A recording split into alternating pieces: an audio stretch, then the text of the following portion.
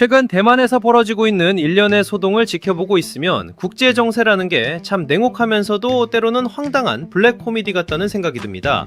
한 나라의 정치권과 언론이 합심해서 다른 나라를 공격하고 비난했는데 알고 보니 그 공격이 결국 자기 자신의 얼굴에 침을 뱉는 꼴이었습니다. 지금 대만에서 벌어지고 있는 일이 딱 그렇습니다. 사건의 발단은 아주 사소한 어쩌면 지극히 행정적인 절차에서 시작되었습니다. 한국의 전자여행 허가 시스템 즉 KETA나 입국 신고서 시스템에서 대만 국적을 선택할 때 차이나 타이완으로 표기된 것이 발견되었습니다. 이를 두고 대만 정치권과 언론이 그야말로 벌집을 쑤신 듯 들고 일어난 것입니다.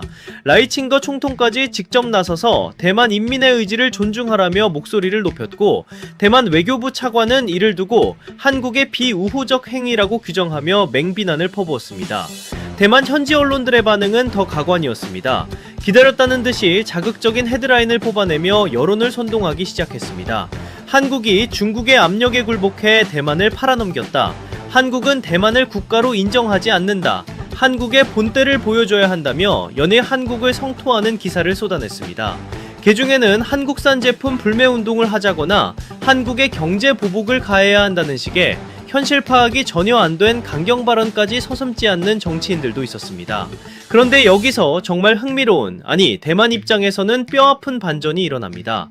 대만 정치권이 한국의 맛을 보여주자며 주목을 치켜들었는데 정작 대만의 경제계와 산업계 전문가들이 식은땀을 흘리며 정부의 옷자락을 잡아끌고 말리기 시작한 겁니다. 제발 진정하십시오. 지금 한국을 때리면 우리 뼈가 먼저 부러집니다. 도대체 왜일까요? 오늘 전해드릴 이야기는 대만 정부의 무책임한 정치적 선동과 그 뒤에 숨겨진 냉혹한 경제적 현실, 그리고 왜 대만이 한국 앞에서 하루 만에 꼬리를 내릴 수밖에 없었는지에 대한 아주 구체적인 팩트 보고서입니다. 먼저 이 사태의 본질인 표기 문제부터 팩트체크를 확실히 하고 넘어가야겠습니다. 한국 시스템이 대만을 차이나 타이완으로 표기한 건 한국이 중국의 눈치를 보거나 의도적으로 대만을 무시해서가 아닙니다. 이건 국제표준 그리고 아이러니하게도 대만 스스로가 만든 헌법적 모순을 그대로 반영한 지극히 원칙적인 행정처리일 뿐입니다. 대만의 공식 국호는 무엇일까요? 바로 중화민국 즉 ROC입니다.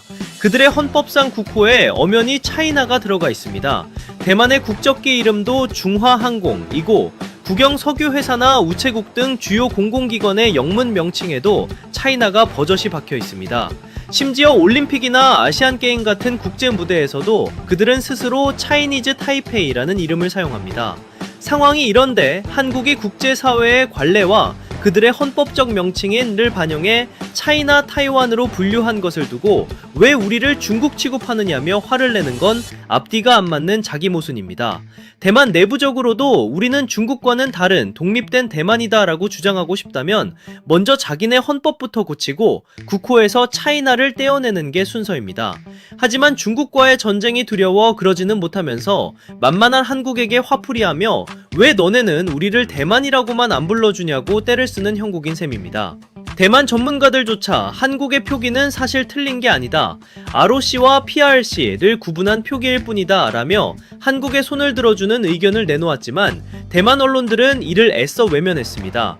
왜냐하면 이번 소동의 진짜 목적은 사실 확인이 아니라 정치적 선동에 있었기 때문입니다.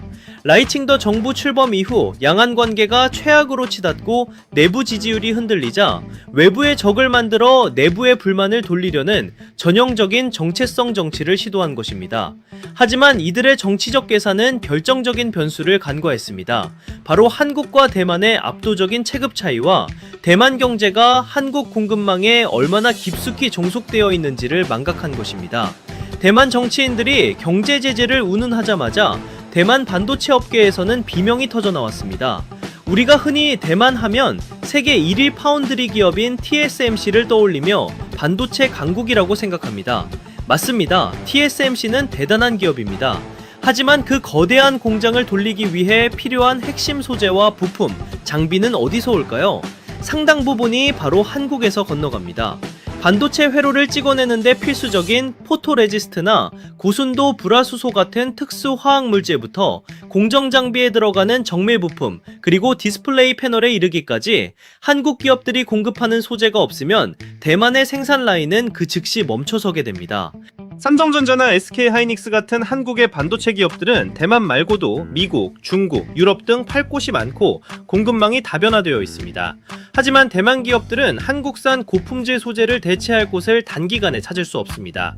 일본산은 너무 비싸거나 수급이 까다롭고 중국산은 품질이 떨어져 쓸 수가 없습니다. 즉 대만이 한국에 경제 보복을 가한다는 건 자기 목에 칼을 들이대고 너 내 피 튀기면 기분 나쁘지? 라고 협박하는 것과 다를 바 없는 자해 행위입니다. 게다가 국가 전체의 경제 체력을 나타내는 GDP 규모만 봐도 한국은 대만의 2배가 넘습니다. 한국은 단도체뿐만 아니라 자동차, 조선, 배터리, 철강, 방산, 원자력, 문화 콘텐츠 등 전방위적인 산업 포트폴리오를 갖춘 제조 강국입니다. 반면 대만은 반도체라는 단일 산업에 국가의 명운을 걸고 있는 기형적인 구조입니다. 체급이 다른 상대에게, 그것도 자신의 생명줄을 쥐고 있는 상대에게 가만두지 않겠다고 덤벼드는 것이 얼마나 무모한 짓인지 대만의 경제 관료들은 너무나 잘 알고 있었기에 서둘러 진화에 나선 것입니다. 결국 대만 내부 여론도 하루 만에 급변했습니다. 처음에는 한국을 욕하던 네티즌들도 현실을 깨닫고 자조 섞인 목소리를 내기 시작했습니다. 한국 아이돌 공연 금지? 그게 말이 되냐? 우리 애들이 가만 안 있을 거다. 한국이랑 척져서 좋을 게 하나도 없다. 미국이랑 일본도 한국 눈치 보는데 우리가 무슨 깡으로 이러냐? 라는 현실적인 비판이 쏟아졌습니다. 심지어 정치인들이 자기들 표 얻으려고 나라 경제를 볼모로 잡았다는 날선 비난까지 이어지며 보복론은 슬그머니 자취를 감췄습니다. 이번 사태는 우리에게 시사하는 바가 큽니다. 동아시아에서 한국의 위치가 그만큼 중요하고 단단해졌다는 방증이기도 합니다. 하지만 동시에 우리가 처한 복잡한 외교 환경을 다시 한번 상기시켜줍니다. 대만이 이렇게 감정적으로 나오는 와중에 우리의 또 다른 이웃인 일본은 어떤가요? 일본 차기 총리 후보로 거론되는 다카이치 사나이는 최근 북회에서 또다시 독도는 일본 땅이라는 망언을 쏟아냈습니다. 단순히 말실수가 아니라 다케시마의 날 행사에 정부 관료를 파견하고 교과서 왜곡을 심화시키는 등 아주 조직적이고 치밀하게 도발해오고 있습니다. 한쪽에서는 대만이 우리를 국가로 인정해달라며 떼를 쓰고 다른 한쪽에서는 일본이 너네 땅 내놔라며 시비를 거는 형국입니다. 정말 피곤한 이웃들 틈에 끼어있는 셈입니다. 하지만 예전의 한국과 지금의 한국은 대응 방식이 다릅니다. 과거에는 이런 도발에 일일이 흥분하고 감정적으로 맞대응했다면 지금은 차분하게 팩트와 실력으로 상대를 제압하는 무시 전략과 원칙 대응을 구사하고 있습니다.